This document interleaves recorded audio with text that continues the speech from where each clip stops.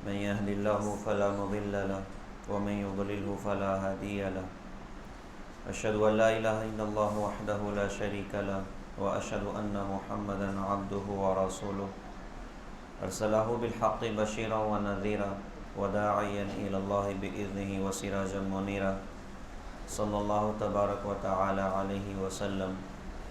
قال الله سبحانه وتعالى من عمل صالحا من ذكر أو أنثى وهو مؤمن فلنحيينه حياة طيبة.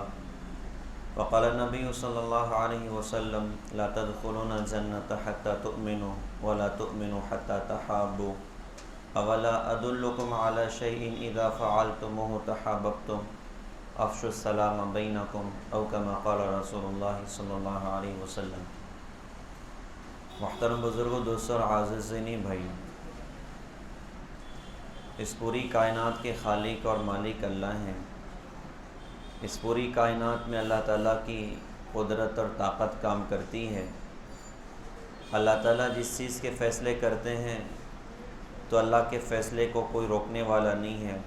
اللہ کے ارادوں کو کے آگے کوئی حائل ہونے والا نہیں ہے. اس پوری کائنات میں ایک اللہ کا امر ہے. اس پوری کائنات میں اللہ کی ایک حکومت ہے. حالات کی تبدیلیاں یہ اللہ تعالیٰ کے فیصلوں کی بنیاد پر ہوتی ہیں. حالات کا بدلنا، ماحول کا بدلنا، صحت اور بیماریاں، اللہ تعالیٰ کے ارادوں سے دنیا میں تبدیلیاں ہوتی ہیں. اور اللہ تعالیٰ کے فیصلوں کی بنیاد بندوں کے اپنے عمل ہیں، بندوں کی اپنی زندگیاں ہیں. جب بندوں کے عمل صحیح ہو جاتے ہیں تو اللہ تعالیٰ کی طرف سے خیر اور بھلائیوں کے فیصلے ہیں، اور بندوں کے عمل بگڑ جائیں تو اللہ تعالیٰ کی طرف سے اسی اعتبار سے فیصلے اتر رہے ہوتے ہیں. عمل تو عمل ہے اور بدعملی تو بدعملی ہے. انسان کی نیت میں بھی گڑبڑ ہو جائے نا تو برکتوں کے در بند ہو جاتے ہیں. آئی ہوئی برکتیں روٹھ جاتی ہیں نیت کی گڑبڑ کی وجہ سے. مشہور واقعہ ہے، مسلمان بادشاہ جنگل میں شکار پر تھا، راستہ بھٹک گیا، ساتھی کہیں اور بادشاہ کہیں اور، حال بے حال ہوا. ایک انار کا باغ نظر پڑا، سوچا کہ چلو کچھ پیاس کے مٹنے کا سامان ہو جائے، کچھ بھوک کے مٹنے کا سامان ہو جائے. تو باغ میں داخل ہوا، مالی موجود تھا. اس سے کہا بھائی میں مسافر ہوں، راستہ بھٹک گیا ہوں، آپ کا بڑا احسان ہو اگر آپ مجھے انار کا ایک جوس پلا دیں. انار کا باغ تھا. مالی نے کہا جی مرحبا، تشریف لائیں، میں ابھی لے کر آتا ہوں. وہ بندہ گیا، جا کر ایک انار لے کر آیا. اس کے دانے اس نے نکالے اور اس کو ایک گلاس میں جب نچوڑا نا تو پورا گلاس انار کے جوس سے بھرے. تو بادشاہ کی تو آنکھیں پھٹ گئیں کہ یار کیسی کمائیاں ان کی اپنی ہوئی جا رہی ہیں اور کتنا یہ لوگ پروفٹ حاصل کرتے ہوں. تو دل میں سوچا کہ یہ علاقہ اور یہ جنگل میری حکومت میں ہی ہے، تو مجھے تو ان پر ٹیکس لگا دینا چاہیے کہ کچھ نہ کچھ پروفٹ میرے خزانے میں بھی جمع ہو جایا کرے. تو نیت میں گڑبڑ ہو گئی. بادشاہ نے جوس پیا، بڑا مزیدار تھا. مالی سے کہا بھائی ایک اور پلا دیں تو آپ کا بڑا احسان ہو جائے. اس نے کہا جی ٹھیک ہے بیٹھے میں لے کر آتا ہوں. بندہ گیا، جا کر ایک دوسرا انار لے کر آیا. دانے نکال کے اس نے گلاس میں نچوڑا، لیکن اس مرتبہ گلاس نہ بھرا. وہ بندہ جا کر دوسرا لے کر آیا، اس کو بھی نچوڑ دیا، پھر بھی نہ بھرا. تیسرا بھی لا کر نچوڑا، پھر بھی نہ بھرا. تو بادشاہ نے پوچھا بھائی تم نے درخت تو نہیں بدل دیا کہ بھائی الگ الگ درخت کے پھل ہوں گے، پہلی مرتبہ کوئی اور درخت ہوگا اور اب کوئی اور درخت ہے. اس نے کہا کہ حضرت باغ بھی وہی ہے، درخت بھی وہی ہے، بدلا کچھ نہیں ہے میں نے. تو بادشاہ نے پوچھا یہ کیا چکر ہو گیا کہ پہلی مرتبہ میں ایک ہی انار میں پورا گلاس انار کے جوس سے بھر گیا تھا، اب تم نے 3 نچوڑ دیے، بھرنے تیار نہیں، کیا چکر ہے؟ تو ایک دور تھا کہ جب دین کی محنتیں تھیں اور گھروں میں تربیت کی فضائیں تھیں، مائیں اپنے بچوں کو اللہ اس کے رسول کا تعارف کراتی تھیں، اعمال سے جڑنا سکھاتی تھیں، اعمال کی برکتیں سمجھاتی تھیں، اللہ کے دین پر چلنا سکھاتی تھیں. تو ایک دور تھا، ایسی خوبصورت فضا بنی تھی کہ کیا گھر میں رہنے والی مستورات اور کیا جنگلوں میں کھیتوں میں کام کرنے والے مالی اور جنگلوں میں جو ہے بکریاں چرانے والے چرواہے اور کیا راستوں میں کھیلنے والے بچے، ہر ایک اللہ کو پہچان کر زندگی گزارتا تھا، اللہ کی معرفت کے ساتھ زندگی گزارتا تھا. اسے کہنے والے نے کہا تھا کہ چمن کے تخت پر جس دم شہ گل کا تجمل تھا، ہزاروں بلبلوں کی فوج تھی، ایک شور تھا، گل تھا، جب آئے دن خزاں کے کچھ نہ تھا، جس خار گلشن میں بتاتا باغ بار رو رو، یہاں گنچا یہاں گل تھا. تو وہ دور ایسا خوبصورت تھا کہ اس دور کے کیا حکمران اور کیا کھیت میں کام کرنے والا مالی ہر ایک اللہ والا ہوا کرتا تھا۔ مالی سے بادشاہ نے پوچھا یہ کیا چکر ہے کہ تم نے 3 انار نچوڑ دی ایک ہی گلاس میں، ایک گلاس بھرنے تیار نہیں ہے۔ تو مالی نے کہا کہ لگتا ہے ہمارے بادشاہ کی نیت میں گڑبڑ ہوگی۔ تو بادشاہ تو سامنے ہی بیٹھا تھا نا، مالی کو نہیں پتا بادشاہ تو سامنے ہی ہے، اور بادشاہ کو پتا تھا کہ میں بادشاہ اور میری نیت میں کھوٹ پیدا ہوا۔ اس کے پیروں سے زمین سرک گئی، اس نے وہیں بیٹھے بیٹھے اللہ تعالیٰ سے توبہ کی کہ اللہ میں توبہ کرتا ہوں، ان پر ٹیکس نہیں لگاؤں گا۔ مالی سے کہا بھائی ایک کام کرو، اس کو تو آپ کنارے کر دیں، آپ ایک اور انار لے کر آ جائیں۔ کہا جی ٹھیک ہے لاتا ہوں۔ وہ بندہ گیا جا کر ایک انار لایا، اس کے دانے نکال کے ایک گلاس میں نچوڑا نا تو پورا گلاس انار کے جوس سے بھر گیا۔ اب بادشاہ نے پوچھا بھائی یہ کیا بات ہے؟ تو مالی نے کہا کہ لگتا ہے بادشاہ نے غلط ارادے سے توبہ کر لیے، اللہ نے برکتیں واپس لوٹا دی۔ تو ایک نیت میں گڑبڑ ہو جائے تو برکتیں اٹھ جاتی ہیں۔ بتائیے تو صحیح، جب نمازیں چھوڑی جائیں گی تو اللہ کتنا ناراض ہوگا، جب سود کھائے جائیں گے تو اللہ کتنا ناراض ہوگا، جب زکوٰۃ دبائی جائے گی تو اللہ کتنا ناراض ہوں گے، جب گھروں میں ماں باپ کو گالیاں دی جائیں گی، یا مسلمان بھی نچنے والوں کو زندگی کا آئیڈیل اور ہیرو بنائے گا، اور مسلمان بچیاں بھی جب بے پردوں کے بازاروں کی زینت بنے گی، یا مسلمانوں کے گھروں سے بھی جب ناچ گانے کی آوازیں آئیں گی، تو بتاؤ تو صحیح پیارے بھائیوں اللہ پاک کتنا ناراض ہوں اور اس کی کیسی سخت نحوستیں ہوں۔ تو یہ ہمارا اپنا یقین ہے کہ حالات کا بنانا اور حالات کی تبدیلیاں یہ اللہ تعالیٰ کے حکم کی بنیاد پر ہوتی ہیں، اور اللہ کے فیصلوں کی بنیاد بندوں کے اپنے عمل ہے، بندوں کی اپنی زندگیاں ہیں، کہ جب بندے دین پر آتے ہیں تو اللہ تعالیٰ خیر کے، بھلائیوں کے، اطمینان کے اللہ تعالیٰ فیصلے کر دیتا ہے، اور جب اللہ تعالیٰ کے دین کو بندے چھوڑتے ہیں تو پھر اسی اعتبار سے اللہ پاک کے فیصلے زمین پر اتر رہے ہوتے ہیں۔ لہٰذا آج پوری دنیا میں حالات بڑے سخت ہیں، حالات سنگین ہیں، آسمان و زمین کے تیور بدلے ہوئے ہیں۔ یہ سارے سخت حالات ہمیں اس بات کی طرف متوجہ کر رہے ہیں کہ ہم ایک تو اللہ کے در کی طرف رجوع کرنے والے بن، اللہ اس کے رسول کی اطاعت کے جذبے اپنے دلوں میں پیدا کرنے والے بنے کہ ہم اللہ کے حکم پر، اللہ کے رسول کے اشاروں پر اپنی ہر شے نچھاور کر سکتے ہیں، اللہ کے حکم کو نہیں توڑ سکتے، اللہ کے رسول کے حکم کو نہیں توڑ سکتے۔ آج یہ جذبے ہمارے سرد پڑ گئے، آج یہ جذبے ہمارے اپنے دلوں سے نکلتے چلے گئے۔ یہی جذبات اللہ کے رسول حضور پاک صلی اللہ علیہ وسلم نے صحابہ میں پیدا کیے تھے، اور کیسے عظیم وہ جذبات تھے کہ صحابہ کہتے ہیں کہ حضور کے اشاروں پر ہم تو اپنی جان نچھاور کر سکتے ہیں، اپنا سب کچھ قربان کر سکتے ہیں۔ کتنا خوبصورت جملہ تھا ابو بکر صدیق رضی اللہ تعالیٰ عنہ کا۔ بدر کی جنگ میں ان کے بیٹے عبد الرحمن دشمنوں کی طرف سے تھے، اور حضرت ابو بکر صدیق رضی اللہ عنہ ادھر سے تھے، اور بعد میں انہوں نے کلمہ پڑھا۔ ایک مرتبہ بیٹھ کے اپنے ابا کے ساتھ وہ کھانا کھا رہے، کھاتے کھاتے حضرت عبد الرحمن نے کہا ابو بکر صدیق رضی اللہ عنہ سے کہ ابا جان بدر کی جنگ میں آپ کئی مرتبہ نا میری تلوار کی زد میں آئے، لیکن میں نے ابا سمجھ کے چھوڑ دیا۔ تو فوراً ابو بکر صدیق رضی اللہ عنہ نے جواب دیا، اور کیا عالی شان جواب دیا، فرمایا کہ بیٹا اللہ کا شکر کرو کہ تم میری تلوار کی زد میں نہیں آئے، اگر آ جاتے نا تو بیٹا سمجھ کے نہیں چھوڑتا، اللہ اس کے رسول کا نافرمان سمجھ کے تمہاری گردن مار دیتا۔ یہاں سب سے بڑی بات کہ اللہ اس کا رسول ہے، کہ ہم اللہ اس کے رسول کے مقابلے میں کسی کی پرواہ نہیں کرتے۔ یہ جذبات ہمارے سارے صحابہ میں ہمیں نظر آتے ہیں۔ اللہ کے رسول نے اپنی امت کو اس پر اٹھایا کہ دیکھو اللہ کی اطاعت پر آؤ، اللہ کے رسول کی اطاعت پر آؤ، اپنی زندگی کو اسلام کے اعمال پر لے کر آؤ، اللہ کی مددیں تمہارے لیے اترنے کو تیار ہیں۔ یہی ہوا بدر کے مقام پر۔ آج حال سنگین ہے اور ماحول بڑا سخت ہے، تو اس سے سخت حالات اس سے پہلے بھی دنیا میں گزرے ہیں، اور صحابہ پر بھی دنیا میں آئے۔ اللہ کے رسول حضور پاک صلی اللہ علیہ وسلم 313 صحابہ کی جماعت کے ساتھ اب مدینہ سے نکل کے آپ بدر کے مقام پر پہنچ گئے۔ بدر کی جنگ جو ہوئی اور کیوں ہوئی اور کیا اس کا ذریعہ بنا؟ ابو سفیان اس وقت وہ سخت دشمن تھے، اور ابو سفیان ملک شام گئے تھے، اور ٹارگیٹ یہ تھا کہ بہت سارے ہتھیار لے کر مکہ جائیں گے اور تیاریاں کر کے پھر مدینہ کی اینٹ سے اینٹ بجا دیں گے، اور نعوذ باللہ محمد صلی اللہ علیہ وسلم کو ختم کر دیں گے۔ تو اللہ کے رسول نے سوچا کہ ہم ایک کام کرتے ہیں، اس کا قافلہ ادھر ہی بلاک کر دیتے ہیں، جس کو ہم لوگ کہتے ہیں کہ نہ رہے بانس نہ بجے بانسری۔ تو آپ نے چاہا کہ اس کے قافلے کو ادھر ہی بلاک کر دیا جائے، لیکن ابو سفیان بھی بڑے ہوشیار تھے، وہ سمجھ گئے کہ گڑبڑ ہونی ہے، راستہ بدل کے وہ تو مکے کی راہ پر روانہ، لیکن مکہ میں پیغام بھیج دیا کہ محمد صلی اللہ علیہ وسلم تمہارے اس قافلے کو لوٹنا چاہتے ہیں۔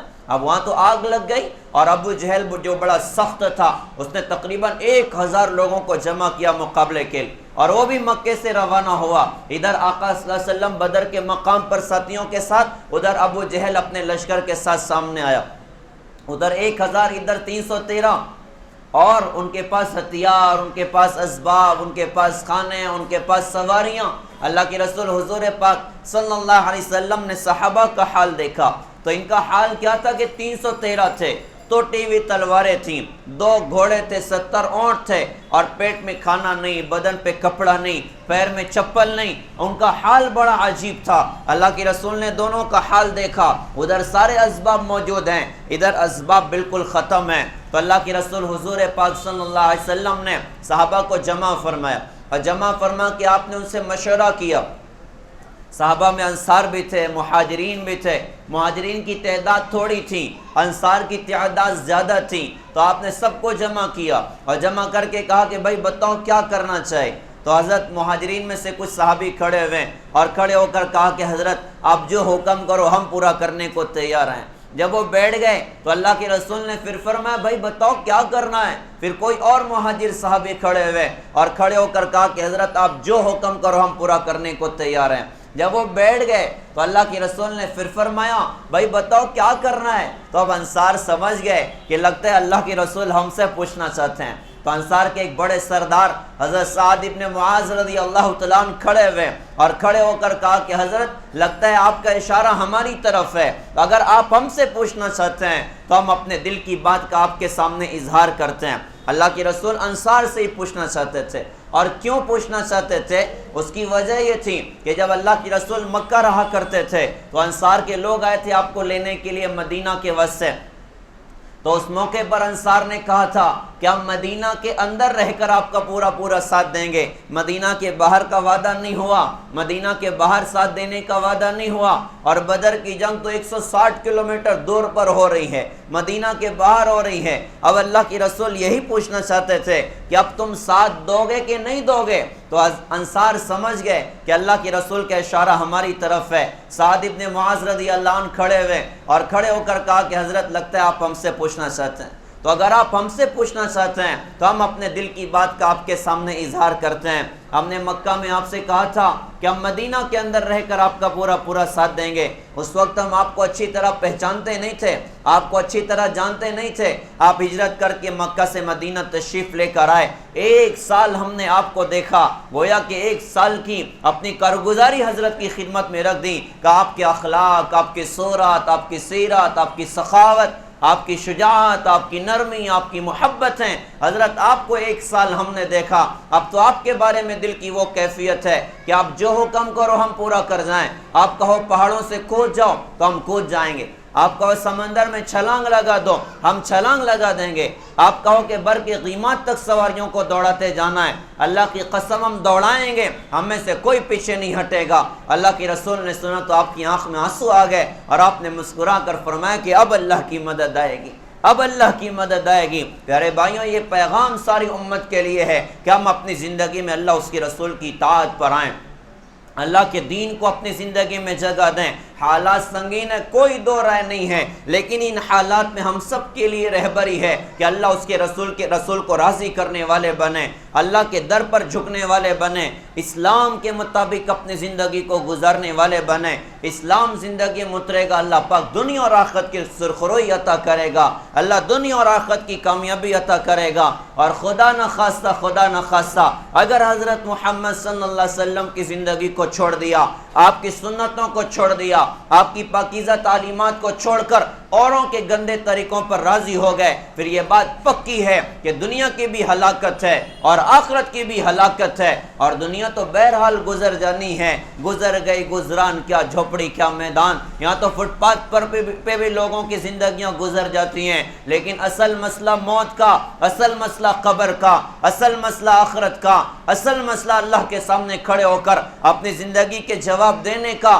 اصل مسئلہ جہنم کی آگ سے بچ کے جنت میں جانے کا، اگر اللہ کے دین کو چھوڑا تو آخرت کی ہلاکت تو پیارے بھائیوں پکی ہے۔ اسی لیے اللہ کے رسول آپ کو بڑا درد تھا، آپ کو بڑا غم تھا کہ کہیں میری امت میرے دین کو چھوڑ نہ دے، میری پاکیزہ تعلیمات کو چھوڑ نہ دے۔ اس لیے آپ نے موقع موقع پر اپنی امت کو متوجہ کیا کہ دیکھو تم میرے دین کو مت چھوڑنا، تم اسلام کو مت چھوڑنا۔ اور بطور خاص اپنے حج کے موقع پر حضور پاک صلی اللہ علیہ وسلم نے اپنی امت کو جمع کیا۔ حج کا خوبصورت عنوان تھا اور 1.25 لاکھ صحابہ کا مجمع آپ کی آنکھوں کے سامنے موجود تھا۔ ظاہر میں تو 1.25 لاکھ کا مجمع تھا، لیکن اللہ کی قسم اس مسجد عاشقان رسول میں بیٹھا ہوا ہر بندہ حضور پاک صلی اللہ علیہ وسلم کی نگاہوں میں تھا۔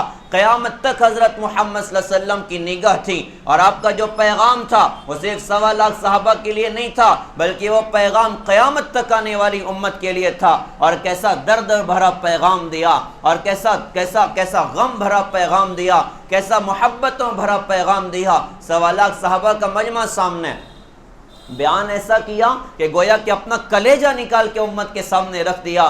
اللہ کے رسول نے اس موقع پر فرمایا تھا کہ دیکھو اللہ نے اپنے دین کو مکمل کر دیا ہے، جو کمی کرے گا وہ بھی مردود ہے، جو زیادتی کرے گا وہ بھی مردود ہے۔ اب اس میں کمی کی کوئی گنجائش نہیں، اس میں زیادتی کی کوئی گنجائش نہیں، ایک مکمل اسلام اللہ پاک نے اتار دیا۔ تو آپ نے ایک بات یہ ارشاد فرمائی کہ سنو، نہ کسی عربی کو عجمی پر، نہ عجمی کو عربی پر، نہ کالے کو گورے پر، نہ گورے کو کالے پر کوئی فضیلت ہے۔ اصل فضیلت کی چیز ان اکرمکم عند اللہ اتقاکم، کہ اللہ کے نزدیک قابل اکرام وہ ہے جو تقوی والا ہے۔ ایک پیغام دیا قیامت تک آنے والی امت کو کہ اگر تم اللہ کے نزدیک اپنی قیمت لگوانا چاہتے ہو تو تقوی والے بننا، اللہ سے ڈر کر زندگی گزارنا، اللہ کے استحضار کے ساتھ زندگی گزارنا۔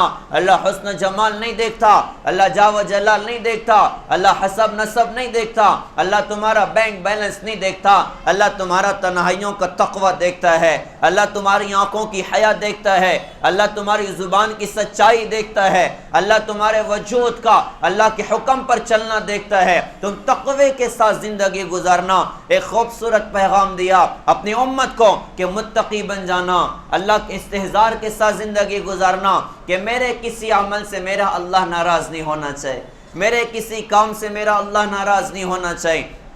یہ مزاج اللہ کے رسول نے اپنی پوری امت کا بنایا تھا، اور ہم اس محنت کا ہم یہ اثر دیکھتے ہیں کہ اس زمانے کا ہر فرد اللہ سے ڈر کر زندگی گزارتا تھا کہ اللہ آخرت میں میرا کیا ہوگا، اللہ آخرت میں میرا کیا ہوگا۔ یہاں تک کہ حضرت عبداللہ ابن عمر رضی اللہ عنہ کا واقعہ کتنا عجیب ہے۔ مدینہ کے باہر سفر ہے، دوپہر میں گرمی کا وقت ہے، کھانے کے واسطے بیٹھے، ایک چرواہا قریب سے بکریاں چراتے ہوئے گزرا۔ حضرت نے فرمایا کہ بھیا کھانا کھا لو، تو اس چرواہے نے کہا کہ حضرت میرا تو روزہ ہے۔ حضرت نے کہا یار جنگل میں اتنی گرمی ہے اور تو روزہ رکھتا ہے؟ اس نے کہا کہ ہاں حضرت، میں اپنے زندگی کے خالی وقتوں کو وصول کر رہا ہوں۔ جب آخرت کا فکر ہوتا ہے، جب اللہ کے سامنے جانے کا فکر ہوتا ہے، تو یوں زندگیاں وصول ہوتی ہیں کہ صاحب نفل و روزہ رکھ کے زندگی وصول کر رہا ہے، قرآن کی تلاوت کے ساتھ زندگی وصول کر رہا ہے، اللہ اللہ کر کے زندگی وصول کر رہا ہے۔ اور جب تقوی دل سے باہر نکلتا ہے تو پھر تو موبائل میں ساری رات ضائع ہو جاتی ہے، ناچ گانوں میں ساری رات ضائع ہو جاتی ہے، نیٹ اور انٹرنیٹ میں ساری رات برباد ہو جاتی ہے۔ انسان کو پتہ بھی نہیں چلتا میری زندگی کا کتنا بڑا سرمایہ میرے ہاتھ سے نکل گیا، میری زندگی کی کتنی قیمتی رات میرے اپنے ہاتھ سے نکل گئی، میں اپنی آخرت کا کتنا بڑا سرمایہ اس رات میں اپنے پاس میں اکٹھا کر سکتا تھا۔ تو عبداللہ ابن عمر رضی اللہ عنہ سے فرمایا کہ بھیا ایک کام کرو، ایک بکری کا بچہ ہمیں دو، قیمت بتاؤ، تمہیں پیسہ دیں گے اور ذبح کر کے تمہیں گوشت بھی دیں گے، یہ گوشت تمہیں افطار میں کم دے گا۔ اس نے کہا کہ حضرت یہ بکریاں میری نہیں ہیں، یہ میرے مالک کی بکریاں ہیں۔ حضرت نے سوچا کہ اس کا امتحان بھی لینا چاہیے۔ حضرت نے کہا کہ بھائی تیرے مالک کو کیا خبر ہوگی؟ مالک سے کہہ دینا کہ بھیڑیا کھا گیا۔ جنگل میں تو آئے دن ہوتا ہے کہ بھیڑیے نے بکری پر حملہ کیا، لے کر چلا گیا، تو اپنے مالک سے کہہ دینا کہ بھیڑیا کھا گیا۔ اس چرواہے نے کہا کہ حضرت اپنے مالک کو تو کہہ دوں گا کہ بھیڑیا کھا گیا، لیکن فَأَيْنَ اللَّهُ فَأَيْنَ اللَّهُ، اللہ کہاں چلے جائیں گے، اللہ کہاں چلے جائیں گے، مجھے تو میرا اللہ دیکھ رہا ہے، مجھے تو میرا اللہ دیکھ رہا ہے۔ عبداللہ ابن عمر رضی اللہ تعالیٰ عنہ شہر میں واپس ہوئے تو بار بار مزے لے لے کے کہتے تھے کہ ایک چرواہا جنگل میں کہتا ہے این اللہ این اللہ، اللہ کہاں چلے جائیں گے، اللہ کہاں چلے جائیں گے۔ پیارے بھائیوں، آج ہمیں تقوی کی بڑی ضرورت ہے کہ ہم اپنی کمائیوں میں تقوی کے ساتھ کمائیاں کریں، تقوی کے ساتھ خرچ کریں، ہماری کمائی میں کوئی نافرمانی نہ ہو، کوئی سود نہ ہو، جھوٹ کی کمائی نہ ہو، دھوکے کی کمائی نہ ہو، جو کہ جب حرام لقمہ اندر اترتا ہے تو حدیث میں آتا ہے کہ بندے کی دعا اس کے سر کے اوپر بھی نہیں جاتی، اور جب بندے کی کمائی حلال ہوتی ہے تو حلال کمائیوں کی بڑی برکتیں ہیں، حلال کمائیوں کی بڑی برکت ہیں۔ ہمارے بزرگوں میں مولانا مظفر حسین صاحب رحمۃ اللہ علیہ ایک بڑے عالم گزرے ہیں، سفر میں تھے، دیہات کا سفر تھا، دوپہر میں کسی گاؤں میں پہنچے، مسجد میں وہیں پر قیام کر لیا، عصر کی نماز ہوئی، مغرب کی نماز ہوئی، دیہات کی فضا تھی، دیہاتی لوگ دن بھر کھیتوں میں کام کرتے ہیں، شام میں لوٹتے ہیں، تو شام میں دیہاتی لوٹے، نماز کے بعد ایک دیہاتی بندہ آیا اور آ کر پوچھا جی لگتا ہے آپ مسافر ہو؟ کہا بھائی مسافر ہوں۔ کہا جی آپ نے کھانا کھایا؟ کہا بھائی کچھ بھی نہیں کھایا۔ کہا جی روکے میں آپ کے واسطے کھانا لے کر آتا ہوں۔ وہ بندہ گیا، جا کر 3 روٹیاں لے کر آیا، تو حضرت فرماتے ہیں میں نے روٹیوں کو کھایا تو ایسی نورانیت محسوس ہوئی، ایسا عبادت میں دل لگا، اور جب رات میں سویا تو خواب میں حضور پاک صلی اللہ علیہ وسلم کی زیارت میں نے کی، میں سمجھ گیا کہ اس کی روٹی میں بڑی تاثیر ہے۔ تو میرا تو اگلے دن اگلا سفر گاؤں کا تھا، لیکن میں نے سفر ملتوی کیا کہ آج بھی روکتا ہوں، اگر آج بھی اس بندے کی کچھ روٹیاں مل جائیں تو اللہ کی رسول کی مجھے زیارت ہو جائے۔ تو کہا میں رک گیا۔ مغرب کی نماز کے بعد، مغرب کی نماز اس بندے نے پڑھی، نماز کے بعد پوچھا کہ جی آپ نے کھانا کھایا؟ کہا بھائی نہیں کھایا۔ کہا جی رکے میں آپ کے واسطے لے کر آتا ہوں۔ وہ بندہ گیا، جا کر 2 روٹیاں لے کر آئے۔ کہا اس دن بھی میں نے روٹی کو کھایا تو بڑی تاثیر تھی اور بڑی نورانیت، اللہ کی رسول کی خواب میں زیارت بھی میں نے کی۔ اب تیسرے دن اس کی روٹی نے مجھے ادھر ہی روک لیا۔ تیسرا دن تھا، مغرب کی نماز کے بعد وہ بندہ آیا، پوچھتا جی کھانا ہوا؟ کہا جی نہیں ہوا۔ کہا روکے میں لے کر آتا ہوں۔ اب جا کر 1 روٹی لے کر آیا، اور روٹی دینے کے بعد کہتا ہے کہ حضرت مولانا آپ سے میں ایک درخواست کرتا ہوں کہ آپ کل ادھر نہ روکیں۔ تو کہا بھائی میں تو پہلے ہی دن چلا جاتا، تیری روٹی نے مجھے ادھر پکڑ کے رکھا ہوا ہے، تو کیوں مجھے واپس کسی اور بستی میں جانے کو بولتا ہے؟ اس نے کہا جی میں بہت غریب آدمی ہوں، میں لکڑیاں کاٹتا ہوں جنگل میں، لکڑیاں کاٹ کے بازار میں جا کر بیچتا ہوں تو اتنا پیسہ مجھے ملتا ہے کہ اس میں 3 روٹیاں بن سکتی ہیں، میں ہوں، میری بیوی ہے، ایک بچہ ہے، ہم ایک ایک روٹی کھا کر صبر و شکر کے ساتھ رات گزار دیتے ہیں۔ تم پہلے دن ادھر آئے، میں نے دیکھا کہ کوئی مسافر ہے تو میں 3 روٹیاں اٹھا کر لے کر آیا، ہم تینوں نے فاقے سے رات گزاری۔ دوسرا دن تھا تو بچے میں بھوک برداشت کرنے کی طاقت نہیں تھی، میں نے بچے کے حصے کی روٹی تو بچے کو کھلائی، میاں بیوی نے فاقہ کیا، 2 روٹیاں میں لے کر آیا۔ آج تیسرا دن ہے، 1 لایا ہوں، وجہ یہ ہے کہ میری بیوی میں بھی فاقہ برداشت کرنے کی طاقت نہیں تھی، میں نے اس کو بھی 1 روٹی دے دی، بچے کو 1 روٹی دے دی، اپنے حصے کی روٹی آپ کے پاس لے کر آیا ہوں، لیکن اب کل میرے اندر بھی فاقہ برداشت کرنے کی طاقت نہیں ہے، اس لیے آپ سے درخواست کرتا ہوں کہ آپ کسی اور جگہ چلے جائیں۔ تو انہوں نے کہا کہ بھائی تیری روٹی نے مجھے پکڑ کے رکھا ہوا ہے، جب تیری روٹی کھائی ہے خواب میں اللہ کی رسول کی زیارت میں نے کی ہے۔ یہ حلال کمائی کی ایسی برکتیں ہوا کرتی ہیں، تو لہٰذا ہم اس پر نظر کرنے والے بنیں کہ کوئی حرام لقمہ ہمارے اپنے پیٹ میں نہ اترے، کوئی حرام لقمہ ہماری اپنی اولاد کے پیٹ میں نہ اترے، اس کی بڑی برکت انشاءاللہ اللہ تعالیٰ دکھائے گا۔ تو اللہ کی رسول نے خوبصورت پیغام دیا اپنے حج کے موقع پر، اپنی پوری امت کو گویا کہ پیغام دیا کہ دیکھو تقوی کے ساتھ زندگی گزارنا، تقوی کے ساتھ زندگی گزارنا۔ آگے ایک بات اللہ کی رسول نے ارشاد فرمائی اور کیسا دل چیر کر امت کے سامنے رکھ دیا، آپ نے کہا کہ سنو میں کل حوض کوثر پر تمہارا منتظر رہوں گا، میں تمہارا انتظار کروں گا، اور میں تمہیں اللہ کا واسطہ دیتا ہوں کہ بدعملی کر کے کل آخرت میں میرے چہرے کو رسوا مت کر دینا۔ اللہ اکبر، کیسا عجیب درد تھا اس جملے میں، کیسا غم تھا اس جملے میں کہ آپ کہہ رہے ہیں کہ میں تمہیں اللہ کا واسطہ دے کے کہتا ہوں کہ بدعملی کر کے کل آخرت میں میرے چہرے کو رسوا مت کر دینا۔ اللہ کی رسول کا امتی زانی بن کر آئے گا قیامت کے دن، اللہ کے رسول کے دل پر کیا گزرے گی؟ شرابی بن کے آ گیا، جواری بن کے آ گیا، نچنے والوں کو زندگی کا ہیرو بنا کر آ گیا، ماں باپ کو گالیاں دے کر آ گیا، ہاتھوں میں شراب کے جام چھلکا کر آیا، نشاور گولیوں کا ڈیلر بن کر آیا، حرام راہوں سے کمائیاں کر کے آیا، بتاؤ تو صحیح جب یہ اللہ کے رسول کے سامنے آئے گا تو اللہ کے رسول کے دل پر کیا گزرے گی؟ اس لیے آپ نے فرمایا کہ میں تمہیں اللہ کا واسطہ دے کے کہتا ہوں کہ بدعملی کر کے کل آخرت میں میرے چہرے کو رسوا مت کر دینا۔ اور ایک بات ارشاد فرمائی کہ سنو، میں حوض کوثر پر ہوں گا تو بہت سے لوگ میری طرف بڑھیں گے، لیکن بعض لوگوں کو فرشتے دھکا مار کے پیچھے کریں گے۔ میں فرشتوں سے کہوں گا کیوں دھکے مارتے ہو؟ یہ میرے ہی لوگ ہیں۔ فرشتے کہیں گے اللہ کی رسول آپ کو نہیں پتا، انہوں نے آپ کے بعد آپ کے دین کو بدل کے رکھ دیا تھا، تبدیل کر کے رکھ دیا تھا۔ اللہ کے رسول فرمائیں گے بھائی تم مجھ سے دور ہو جاؤ، تم نے تو میرے بعد میرے دین کو تبدیل کر کے رکھ دیا تھا۔ پیارے بھائیوں، یہ کتنا ڈرنے کی بات ہے، یہ کتنا گھبرانے کی بات ہے۔ آج واقعی ایسا ہوا کہ جو دین اللہ کے رسول لے کر آئے آج ہماری اپنی زندگیوں سے نکلتا چلا جا رہا ہے۔ جن چیزوں سے اللہ کے رسول نے منع کیا وہ ہمارے اپنے اندر اترتی چلی جا رہی۔ ہمیں اپنی زندگی کے صحیح کرنے کی کتنی ضرورت ہے، ہمیں اپنی زندگی کے بدلنے کی کتنی زیادہ ضرورت ہے۔ آپ نے فرمایا کہ میں بھی کہوں گا کہ تم مجھ سے دور ہو جاؤ، تم نے میرے بعد میرے دین کو تبدیل کر کے رکھ دیا تھا۔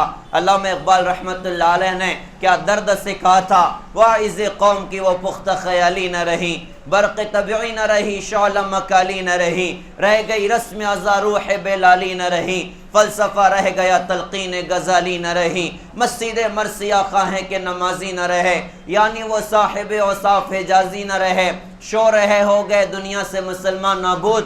ہم تو یہ کہتے ہیں کہ تھے بھی کہیں مسلم موجود، وضع میں تم ہو نصارہ تو تمدن میں ہنود، یہ مسلمان ہیں جنہیں دیکھ کے شرمائیں یہود، یوں تو سید بھی ہو مرزا بھی ہو افغان بھی ہو، تم بتاؤ تو سبھی کچھ ہو مسلمان بھی ہو۔ کیا سارا دین ہماری اپنی زندگی سے نکل گیا؟ پیارے بھائیوں، یہ ہم سب کے لیے پیغام ہے کہ اللہ کی رسول کی تعلیمات پر جمنے والے بنیں، اس پر عمل کرنے والے بنیں، اللہ کے جتنے احکامات ہماری طرف متوجہ ہیں اس پر جم جائیں۔ سب سے بڑی بات اسلام پر جمنا، سب سے بڑی بات ایمان پر جمنا، کہ مسلمان کسی بھی بڑی سے بڑی کرنسی پر، کسی بھی بڑی سے بڑی قیمت پر اپنے ایمان کا سودا نہیں کر سکتا، اپنے دین کا سودا نہیں کر سکتا، کیونکہ ایمان وہ کوہنور ہیرا ہے، ایمان وہ ہمارا قیمتی سرمایہ ہے۔ اللہ کی قسم، امریکہ اور روس کے خزانوں میں وہ دولت نہیں ہے جو ہمارے سینوں میں اللہ پاک نے اتار کے رکھی ہے۔ کون لگائے گا لا الہ الا اللہ کی قیمت؟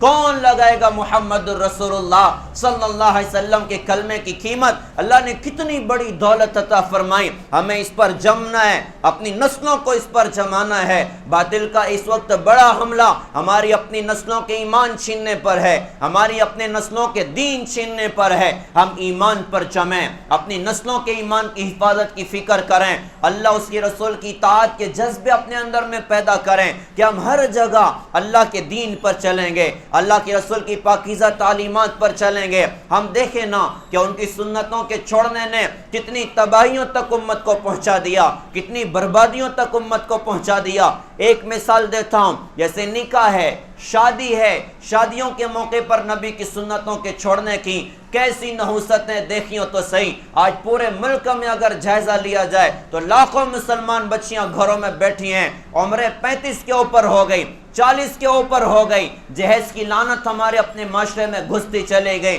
فضول خرچیاں بڑھتی چلی گئی، بلکہ یہ کہوں تو غلط نہ ہو کہ ڈیمانڈ بڑھتی چلی گئی۔ لڑکی کے باپ سے کہتے ہیں آپ ہمیں کتنے پیسے دیں گے، آپ ہمیں کون سی گاڑی دیں گے، آپ ہمیں کون سا پلنگ دیں گے۔ کتنی بچیوں نے سوسائڈ کر لیا، کتنی بچیاں گھر میں سسک کے زندگی گزار رہی۔ 100-200 روپے کمانے والا آدمی اپنی بچی کی شادی کا کہاں سے اتنا خرچہ اکٹھا کرے گا؟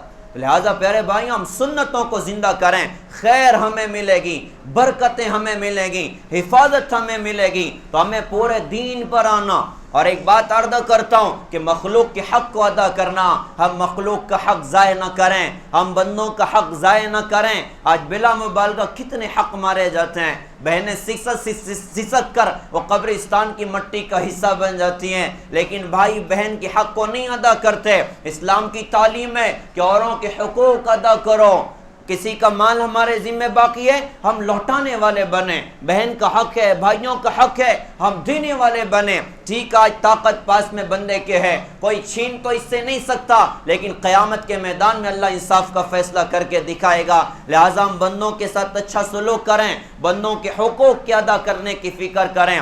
پیارے بھائیوں جب یہ آئے گا تو پھر اللہ کی مدد انشاءاللہ اتریں گی، اللہ اپنے قدرت سے ہمارے کام بنا کے دکھائے گا۔ میں بدر کے عنوان کو پکڑ کے آگے کافی اندر جاتا چلا گیا، واپس بدر کے عنوان پر پہنچتا ہوں۔ صحابہ نے کہا حضور آپ جو کہو ہم پورا کر جائیں، آپ کہو پہاڑوں سے کود جاؤ ہم کود جائیں گے، آپ کہو سمندر میں چھلانگ لگا دو ہم چھلانگ لگا دیں گے، آپ کہو برق غیمات تک سواریوں کو دوڑاتے جانا ہے، اللہ کی قسم ہم دوڑائیں گے، ہم میں سے کوئی پیچھے نہیں ہٹے گا۔ اللہ کے رسول نے فرمایا کہ ہاں اب اللہ کی مدد آئے گی، اب اللہ کی مدد آئے گی۔ اچھا پھر آپ جا کے سو نہیں گئے بلکہ ساری رات مسجد عریش بنی ہے بدر کے مقام پر، وہاں پر حضرت کا خیمہ لگا تھا، ساری رات ہمارے نبی اللہ کی جیوار میں آنسو بہتے رہے، اللہ کی جیوار میں روتے رہے اور زمین کو تر کرتے رہے، اور اللہ سے کیسی عجیب دعا کر گئے، کیسے عجیب کلمات اللہ کی بارگاہ میں کہے گئے۔ کہنے والے علماء کرام نے کہا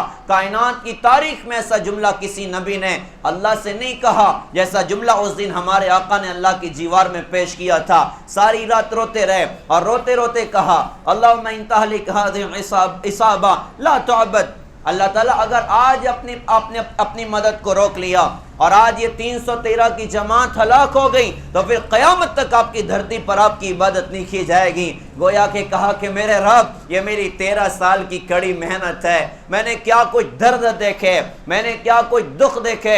سوچئے نا کتنی مشکل سے یہ مجمع تیار ہوا تھا، نبی کی 2 بیٹیوں کو طلاق پڑ گئی تھی، نبی کی بیٹی زینب کو مارا گیا تھا، نبی کی بیٹیوں کو تماچے پڑے تھے، نبی کے گلے میں پندہ ڈال کے گھسیٹا گیا تھا، نبی کے راستے میں کانٹے بچھائے گئے تھے، نبی کے اوپر سجدے کی حالت میں اونٹ کی اوجڑی لا کر ڈالی گئی تھی۔ 3 سال کا لاک ڈاؤن دیکھا تھا، ہم 2-4 مہینے کے لاک ڈاؤن میں گھبرا گئے تھے، حالانکہ کھانے ہمارے پاس تھے، پانی ہمارے پاس تھے، ساری سہولتیں ہمارے پاس تھیں۔ ہائے رے ہائے، آقا صلی اللہ علیہ وسلم جس کی برکتوں سے کائنات کے نظام اللہ نے بنائے، 3 سال کا بائیکاٹ ہوا، 3 سال شعب ابن ابی طالب کی وادی میں قید رہے، صحابہ کے ساتھ صحابیات کے ساتھ کیسا درد دیکھا، کیسا دکھ دیکھا، وہاں سے نکل کے طائف کا سفر کیا کہ کچھ دین کے پھیلنے کی بنیاد پڑ جائے، لیکن وہاں بھی بڑا سخت حادثہ ہوا کہ پتھر مار مار کے آپ کو لہو لوہان کر دیا۔ تو کیسے درد دیکھنے کے بعد یہ 313 کا مجمع تیار ہوا، تو گویا کہ اللہ کی رسول کہہ رہے ہیں میرے اللہ آج اگر آپ نے اپنی مدد کو روک لیا اور یہ جماعت بھی ہلاک ہو گئی تو پھر قیامت تک آپ کی دھرتی پر آپ کی عبادت نہیں کی جائے گی۔ حضرت ابو بکر صدیق رضی اللہ عنہ پیچھے سے آئے اور آ کر کہا کہ حضرت آپ بس کریے، اللہ کی مدد آئے گی، اللہ کی مدد آئے گی۔ اور واقعی پیارے بھائیوں اللہ کی مدد آئی، جنگ شروع ہونا، لشکر آمنے سامنے ہے، ایک ہوا چلی، حضرت علی پوچھتے ہیں حضرت یہ کیا ہے؟ اللہ کی رسول نے فرمایا کہ جبرائیل آ گئے 500 فرشتوں کے ساتھ میں۔ ایک اور ہوا چلی کہ حضرت اب کیا؟ فرمایا میکائیل آ گئے 500 فرشتوں کے ساتھ میں۔ اطاعت آ گئی، دعائیں اللہ کی بارگاہ میں کر دی گئیں، اللہ نے اپنی مدد کو اتار دیا۔ آج ضرورت ہے کہ ہم سارے کے سارے اطاعت پر آئیں۔ اب یہ جملے ہماری زبان سے ختم ہو جانے چاہیے کہ صاحب اگر میں نے شادی کر لی یا کم خرچے کیے یا سنت کو زندہ کیا تو لوگ کیا کہیں گے؟ یہ جملہ مسلمان کی زبان سے ٹھیک نہیں لگتا۔ مسلمان کی زبان کا یہ جملہ ہو، دنیا جو چاہے کہے ہمیں اس کی کوئی پرواہ نہیں، ہمیں پرواہ ہے کہ میرا اللہ مجھے کیا کہے گا، مجھے پرواہ ہے کہ میرا رسول مجھے کیا کہے گا، میں ان کو دیکھتا ہوں کسی اور کو نہیں دیکھتا۔ ہم یہ بات اپنے اندر میں پیدا کریں۔ اور دوسری بات، حالات سنگین ہیں، اب ہم رونے دھونے والے بنیں، اللہ کی جیوار میں اللہ سے لپٹنے والے بنیں، اللہ کی بارگاہ میں آنسو گرانے والے بنیں۔ میں ہاتھ جوڑ کے کہوں گا ایسے بہت سارے نوجوان آج کل ملٹی میڈیا کا دورہ تو بیانات دور تک پہنچتے ہیں، تو کسی بھائی تک میری بات پہنچ رہی ہے، اللہ کے لیے موبائل میں راتیں ضائع نہ کریں، اللہ کے لیے نیٹ میں راتیں ضائع نہ کریں، انٹرنیٹ میں اپنی راتیں برباد نہ کریں۔ حالات بہت سنگین ہیں، ان سنگین حالات میں جلدی سوئیں، رات میں جلدی اٹھیں، اللہ کے سامنے رونے دھونے والے بنیں، اللہ کو منانے والے بنیں، اپنے ہاتھوں میں قرآن کو جگہ دیں، اپنی زبان کو اللہ کی یاد سے رطب اللسان کریں، اللہ کی یاد سے اس کو مزین کریں۔ کہنے والے نے کہا تھا میری زندگی کا مقصد میرے زیست کا سہارا، تیرے عاشقوں میں جینا، تیرے عاشقوں میں مرنا، مجھے کچھ خبر نہیں تھی تیرا درد کیا ہے یا رب، تیرے عاشقوں سے سیکھا تیرے سنگ در پہ مرنا، ہم کچھ اللہ کی یاد کے ساتھ زندگی گزاریں، رونے دھونے میں وقت گزاریں، آدھا پونا گھنٹہ رات کی تنہائیوں میں اللہ کے سامنے روئیں، آنسو گرائیں۔ اللہ کی قسم، اللہ پہلے بھی ہمارے تھے، آج بھی ہمارے ہیں، وہ پہلے بھی ہمارے تھے، آج بھی ہمارے ہیں، ہم سے کوتاہیوں میں کوئی شک نہیں ہے، ہم لوٹ جائیں، اللہ کی رحمت آج بھی انتظار میں ہے، بائیں پھیلا کر بیٹھی ہوئی ہے، ہم ابھی لوٹ جائیں، اللہ کی مدد اترنے کو تیار ہے۔ تو یہ ہم سب کے لیے پیغام ہے، اپنی دعا کی طاقت بڑھا دیں۔ ٹھیک ہے، ہم اپنے آپ کو سمجھیں میری دعا سے کیا ہوگا، یا یہ سمجھے بھائی میں تو کچھ بھی نہیں ہوں، لیکن اللہ کی قسم میری دعا سے بہت کچھ ہوگا، میری دعا سے بہت کچھ ہوگا۔ اللہ نے فرمایا ادعونی استجب لکم، تم مجھ سے مانگو میں تمہیں دوں گا۔ ارے جس رب نے بغیر مانگے بے شمار دیا، جس رب نے بغیر مانگے کیا کچھ نہیں دیا، جب اس سے مانگا جائے گا تو کیا کچھ اللہ پاک عطا کرے گا۔ لہذا پیارے بھائیوں، ان سنگین حالات میں ہمیں نا امید نہیں ہونا، ہمیں نا امید نہیں ہونا، ہم اللہ کی ذات سے نا امید نہیں ہیں۔ اللہ تو قدرت والے ہیں، اللہ تو طاقت والے ہیں، اللہ کی ذات وہ ذات ہے جو فرعون کی گود میں موسیٰ کلیم اللہ کو پالنا جانتی ہے، جو بھڑکتی آگ میں خلیل اللہ کو زندگی دینا جانتی ہے، جو چلتی چھری کے نیچے حضرت اسماعیل علیہ السلام کو بچانا جانتے ہیں، جو مکڑی کے جالوں سے اپنے نبی کی حفاظت کرنا جانتے ہیں۔ لہٰذا ہمیں نا امید نہیں ہونا، ہم اطاعت پر آئیں، دوسرا دعا کی طاقت بڑھائیں، اللہ اپنے قدرت سے ہمارے کام بنا کے دکھائے گا۔ اللہ تعالیٰ سے دعا ہے اللہ پاک ہم سب کو سمجھ عطا فرمائیں، عمل کی اللہ تعالیٰ ہم سب کو توفیق عطا فرمائیں۔ وآخر دعوانا ان الحمد للہ رب العالمین۔